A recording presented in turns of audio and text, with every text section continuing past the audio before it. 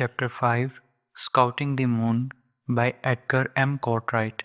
After centuries of studying the moon and its motions, most astronomers, faced with diminishing returns, had abandoned it to lovers and poets by the time that Sputnik ushered in the space age. The hardy few who had not been wooed away to the greener astronomical pastures were soon to be richly rewarded for their patience. Before the invention of the telescope in 1608, astronomers had to be content with two good eyes and a fertile imagination to surmise the nature of the lunar surface. As a consequence, they mainly devoted themselves to the mathematics of the moon's motion related to the earth and sun. The early telescope that first revealed the crater-pocked face of the moon touched off several centuries of speculation about the lunar surface by scientists and fiction writers alike, it often being unclear who was writing the fiction. But telescopes peering through the turbulent atmosphere of Earth have severe limitations. By 1956, the very best terrestrial telescopes' images of the moon were only able to resolve objects about the size of the US Capitol. Anything smaller was a mystery. So the question remained, what was the lunar surface really like? While few people really believed the moon to be made of the green cheese, many scientific hypotheses cherished not long ago were equally strange and rather more ominous.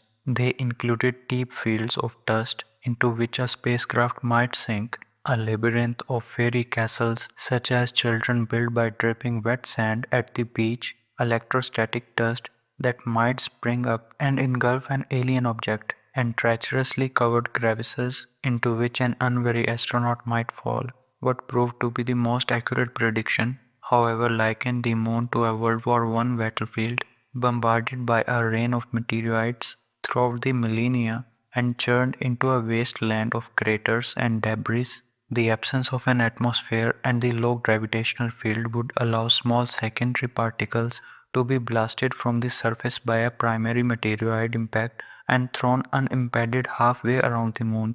This led to the concept of a uniform blanket of ejecta over the entire moon. But our story is getting ahead of itself. The surface properties of the moon were largely unknown in 1958, a matter which assumed great practical importance when man's first journeys to the moon began to take shape. How much weight would the surface support? What were the slopes? Were there many rocks? And of what size? Would the dust or dirt cling? What was the intensity of primary and secondary meteorite bombardment? What was the exact size and shape of the moon? And what were details of the lunar gravity field into which our spaceships would one day plunge? A shaky start. The military rockets were developed in the 1950s, provided a basic tool with which it became possible to send rudimentary spacecraft to the moon. Both the Army and the Air Force were quick to initiate efforts to be first to the moon with a man-made object. The Russians, as it proved, were equally quick or quicker. These first US projects, which were transferred in 1958 to the newly formed National Aeronautics and Space Administration, consisted of 4 Air Force Thor-able rockets and 2 Army Juno 2 rockets, each with tiny payloads designed to measure radiation and magnetic field near the moon and in some cases to obtain rudimentary pictures. NASA and the Air Force then added 3 Atlas-able rockets which could carry heavier payloads in an attempt to bolster these early high-risk efforts.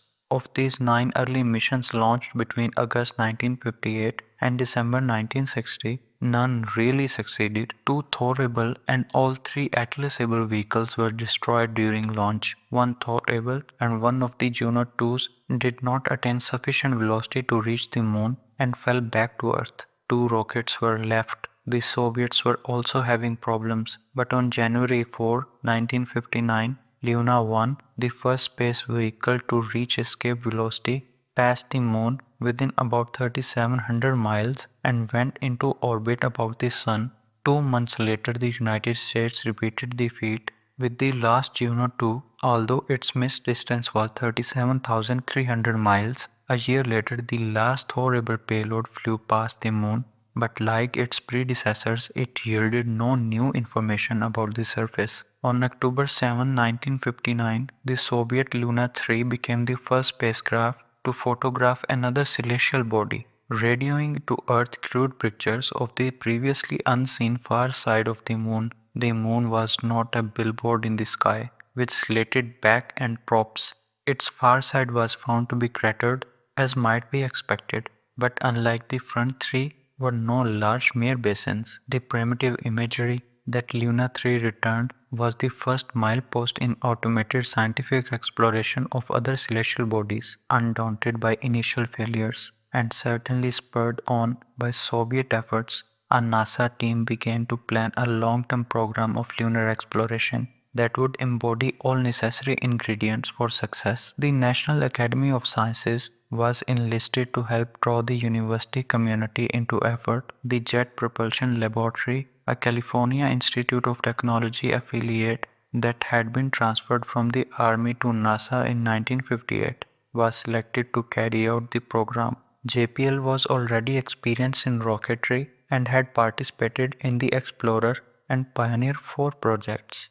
Our first close look.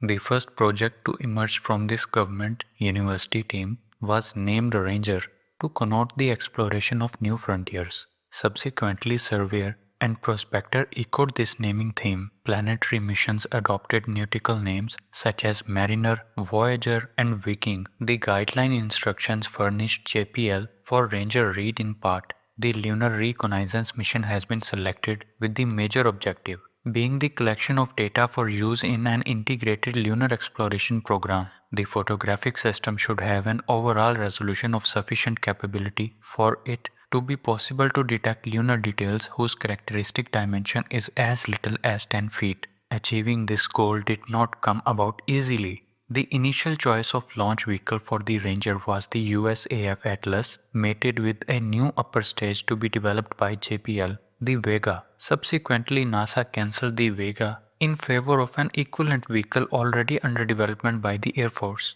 the Agena. This left JPL free to concentrate on the Ranger. The spacecraft designed that evolved was very ambitious for its day, incorporating solar power, full 3-axis stabilization, and advanced communication. Clearly, JPL also had its eye on the planets in formulating this design. Of a total of 9 Rangers launched between 1961 and 1965, only the last 3 succeeded. From the 6 failures, we learned many lessons the hard way. Early in the program, an attempt was made to protect the moon from earthly contamination by sterilizing the spacecraft in an oven. This technique, which is now being used on Mars Viking spacecraft, had to be abandoned at that time when it wreaked havoc with Ranger's electronic subsystems.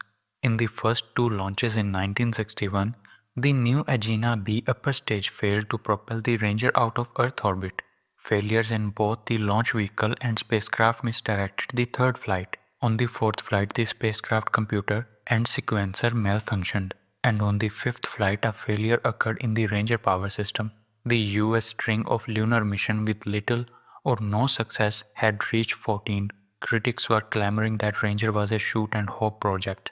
NASA convened a failure review board, and its studies uncovered weakness in both the design and testing of Ranger. Redundancy was added to electronic circuits, and test procedures were tightened. As payload, Ranger 6 carried a battery of 6 television cameras to record surface details during the final moments before impact. When it was launched on January 30, 1964, we had high confidence of success. Everything seemed to work perfectly. But when the spacecraft plunged to the lunar surface, precisely on target, its cameras failed to turn on. I will never forget the feeling of dismay in the JPL control room that day. But we all knew we were finally close. Careful detective work with the telemetry records identified the most probable cause as inadvertent turn-on of the TV transmitter while Ranger was still in the Earth's atmosphere, whereupon arcing destroyed the system. The fix was relatively simple, although it delayed the program for 3 months. On July 28, 1964, Ranger 7 was launched on what proved to be a perfect mission.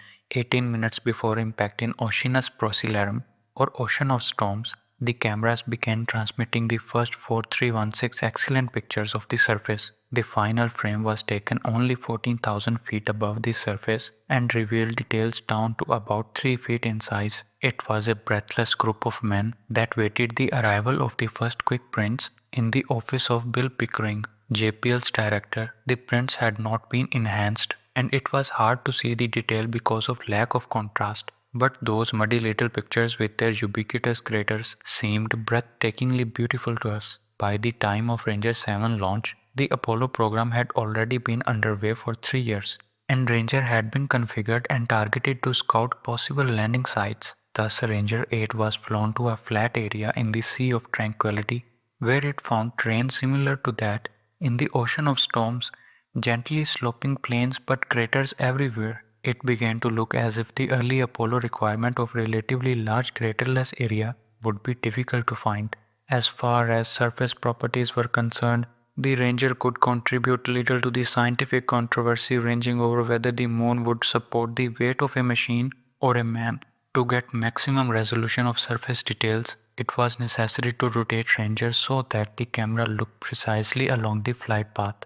This was not done on Ranger 7 in order to avoid the risk of sending extra commands to the attitude control system. I recall that on Ranger 7 JPL requested permission to make the final maneuver. NASA denied permission. We were still unwilling, after the long string of failures, to take the slightest additional risk. It was not until Ranger 9 that JPL made the maneuver and achieved resolution approaching 1 foot in the last frame. This final Ranger, launched on March 21, 1965, was dedicated to lunar science rather than to reconnaissance of Apollo landing sites. It returned 5814 photographs of the crater Alphonsus, again showing craters within craters and some rocks. Despite its dismal beginnings, the Ranger program was thus concluded on a note of success. Proposed follow-on missions were cancelled in favor of upcoming Surveyor and Orbiter missions, whose development had been proceeding concurrently. Testing the surface, Surveyor, which had been formally approved in the spring of 1960, was originally conceived for the scientific investigation of the moon's surface. As in the case of the Ranger, its use was redirected according to needs of Apollo, with the proposed addition of an orbiting version of Surveyor, later to become Lunar Orbiter. The unmanned lunar exploration program in the support of Apollo shaped up this way. Ranger would provide us with our first look at the surface, Surveyor would make spot checks of the mechanical properties of the surface, and Lunar Orbiter would supply data for mapping and landing site selection. The approach was sound enough, but carrying it out led us into a jungle of development difficulties. Few space projects short of Apollo itself embodied the technological audacity of Surveyor. Its Atlas-based launch vehicle was to make use of an entirely new upper stage, the Centaur, the world's first hydrogen-fueled rocket.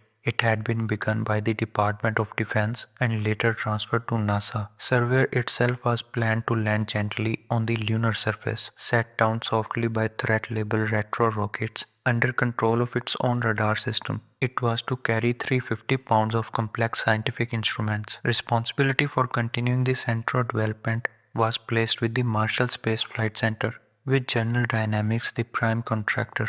JPL took on the task of developing the Surveyor, and the Hughes Aircraft Company won the competition for building it. We soon found that it was a very rough road. Surveyor encountered a host of technical problems that caused severe schedule slips, cost growth, and weight growth. The Centaur fared little better. Its first test flight in 1962 was a failure. Its lunar payload dropped from the planned 2,500 pounds to an estimated 1,800 pounds or less, not sufficient for Surveyor. Its complex multi-start capability was in trouble. Werner von Braun, necessarily preoccupied with the development of Saturn, recommended cancelling Centaur and using Saturn-Agena combination for Surveyor. At this point we regrouped. Major organizational changes were made at JPL and Hughes to improve the development and testing phases of Surveyor. NASA management of Centaur was transferred to Lewis Research Center under leadership of the Abe Silverstein, where it would no longer have to complete the Saturn for the attention it needed to succeed.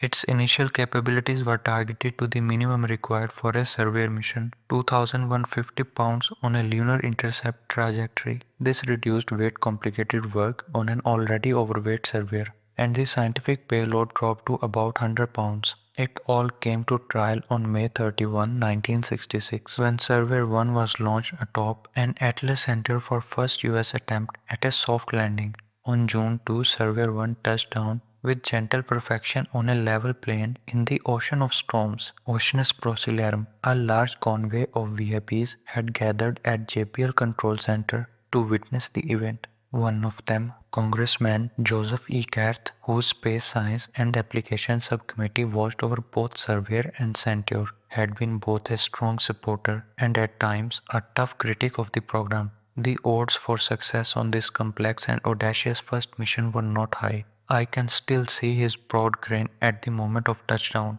a grin which practically lighted up his corner of the darkened room. We sat up most of the night watching the first of the 11,040 pictures that Surveyor 1 was to transmit. 4 months prior to Surveyor's landing on February 3, 1966, the Russia Luna 9 landed about 60 miles northeast of the crater Calabres and radioed back to the Earth the first lunar space pictures. This was an eventful year in lunar exploration. For only 2 months after Surveyor 1, the US Lunar Orbiter 1 ushered in that successful and richly productive series of missions. Surveyor found, as had Luna before it, a barren plain pitted with countless craters and strewn with rocks of all sizes and shapes. No deep layer of soft dust was found, and analysts estimated that the surface appeared to be firm enough for both spacecraft and men. The Surveyor camera, which was more advanced than Luna's, showed very fine detail.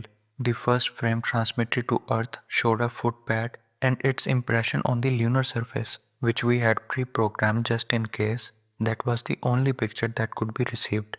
At our first close glimpse of the disturbed lunar surface, the material seemed to behave like moss soil or wet sand, which of course it was not. Its appearance was due to cohesive nature of small particles in a vacuum. Surveyor 2 tumbled during a mid-course maneuver was lost, but on April 19, 1967, Surveyor 3 made a bumpy landing inside a 650-foot crater in the eastern part of Sea of Clouds. Its landing rockets had failed to cut off and it skittered down the inner slope of a crater before coming to rest. Unlike its predecessors, Surveyor 3 carried a remotely controlled device that could dig the surface. During the course of digging, experimenters dropped a shovelful of lunar material on a footpad to examine it more closely. When Surveyor 3 was visited by Apollo 12 astronauts 30 months later in 1970, the little pile was totally undisturbed, as can be seen in the photograph reproduced at the beginning of Chapter 12. The historic rendezvous of Apollo 12 with the Surveyor 3 would never have been possible without the patient detective work of Evan Whitaker of the University of Arizona. The difficulty was that the landing site of Surveyor was not precisely known. Using Surveyor pictures of the inside of the crater in which it had landed, Whitaker compared surface details with details visible in orbiter photographs of the general area that had been taken before Surveyor landing. He eventually found a 650-foot crater that matched and concluded that that was where Surveyor must be. Thus, the uncertainty in Surveyor's location was reduced from several miles down to a single crater. By using orbiter photograph as a guide, Apollo 12 was able to fly down a crater trail to a landing only 600 feet away from Surveyor. Surveyor 4 failed just minutes before touchdown, but the last three surveys were successful. On September 10, 1967, Surveyor 5 landed on the steep inner slopes of a 30 by 40-foot crater on mere tranquilities. It carried a new instrument, an alpha backscattering device developed by Anthony Turkevich of the University of Chicago. With this device, he was able to make a fairly precise analysis of the chemical composition of the lunar surface material, which he correctly identified as resembling terrestrial basalts. This conclusion was also supported by the manner in which lunar material adhered to several carefully calibrated magnets on Surveyor. 2 days after landing, Surveyor 5's engines were regenerated briefly to see what effect they would have on the lunar surface. The small amounts of erosion indicated that this would pose no real problem for Apollo, though perhaps causing some loss of visibility just before touchdown. Surveyor 6 checked out still another possible Apollo site in Sinus Medi. The rocket effects experiment was repeated and this time Surveyor was flown to a new location approximately 8 feet from the original landing point. Some of the soil thrown out by the rockets stuck to the photographic target on the antenna boom. The last Surveyor was landed in a highland area just north of the crater Tycho on January 9, 1968. A panoramic picture of this ejecta field taken by Surveyor 7 is shown on page 91 as well as a mosaic of its surface gardening area. I remember walking into the control room at JPL at the moment the experiments were attempting to free the backscatter instrument which had hung up during deployment. Commands were sent to the surface sampler to press down on it. The delicate operation was being monitored and guided with Surveyor's television camera. When I started asking questions, Dr. Ron Scott of Caltech Crispy reminded me that at the moment they were quite busy. I held my questions and they got the stuck instrument down to the surface. It seemed almost unreal to be remotely repairing a spacecraft on the moon some quarter of a million miles away before the launch of Surveyor 1 in the period when we faced cost overruns and deep technical concerns. NASA and JPL had pressed the Hughes Aircraft Company to accept a contract modification that would give up some profit already earned in favor of increased fee opportunities in the event of mission successes, and this courageous decision paid off for both parties. NASA, of course, was delighted with 5 out of 7 survey success, mapping and site selection. Meanwhile, the third member of the automated lunar exploration team had already completed its work. The fifth and last lunar orbiter had been launched on August 1st, 1967, nearly half a year earlier, when JPL and Hughes began to experience difficulties with Surveyor's development. And with the Centaur in deep trouble, NASA decided to back up the entire program with a different team and different hardware. The Surveyor orbiter concept was scrapped, and NASA's Langley Research Center was directed to plan and carry out a new lunar orbiter program based on a less risky Atlas Agena D launch vehicle. Langley prepared the necessary specifications and Boeing won the job. Boeing's proposed design was beautifully straightforward except for one feature, the camera. Instead of being all electronic as were prior space cameras, the Eastman Kodak camera for the lunar orbiter made use of 70mm film developed on board the spacecraft and then optically scanned and telemetered to Earth. Low-speed film had to be used so as not to be fogged by space radiation. This in turn required the formidable added complexity of image motion compensation during the instant of exposure.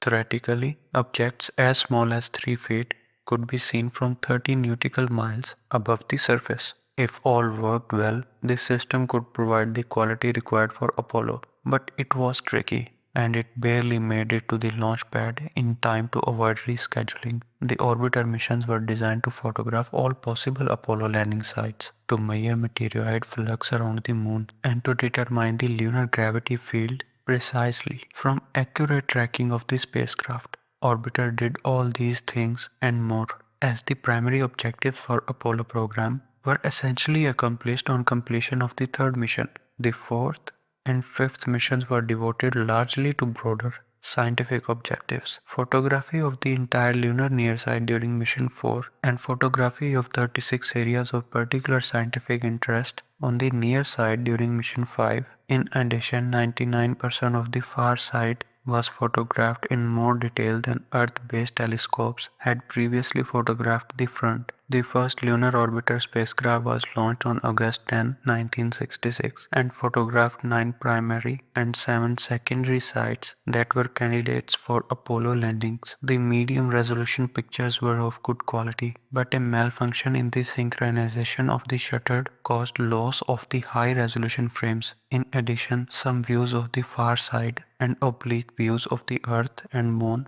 were also taken. When we made the suggestion of taking this Earthrise picture, Boeing's project manager Bob Helberg reminded NASA that the spacecraft maneuver required constituted a risk that could jeopardize the company profit, which was tied to mission success. He then made the gusty decision to go ahead anyway, and we got this historic photograph. The next 2 lunar orbiter missions were launched on November 6, 1966 and February 4, 1967. They provided excellent coverage of all 20 potential Apollo landing sites, additional coverage of the far side and other lunar features of scientific interest, and many oblique views of lunar terrain as it might be seen by an orbiting astronaut. One of these was a dramatic oblique photograph of the crater Copernicus, which NASA's Associate Administrator Dr. Robert C. Siemens unveiled at a professional society conference in Boston and which drew a standing ovation and designation as Picture of the Year. Among the possible Apollo sites photographed by Orbiter 3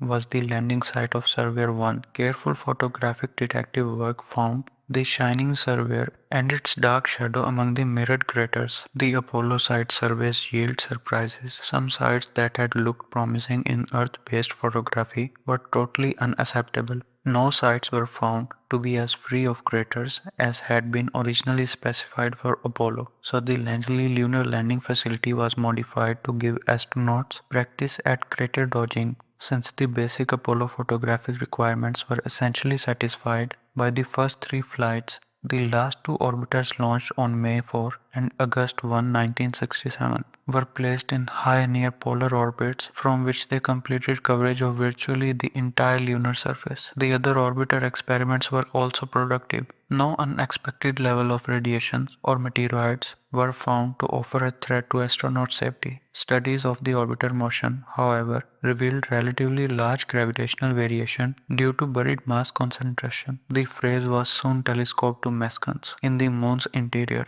This altered Apollo planners to account properly for meson perturbation when calculating precise Apollo trajectories. With the completion of the Ranger, Surveyor, and Orbiter programs, the job of automated spacecraft in scouting the way for Apollo was done. Our confidence was high that few unpleasant surprises would wait our Apollo astronauts on the lunar surface. The standard now passed from automated machinery to hands of flesh and blood.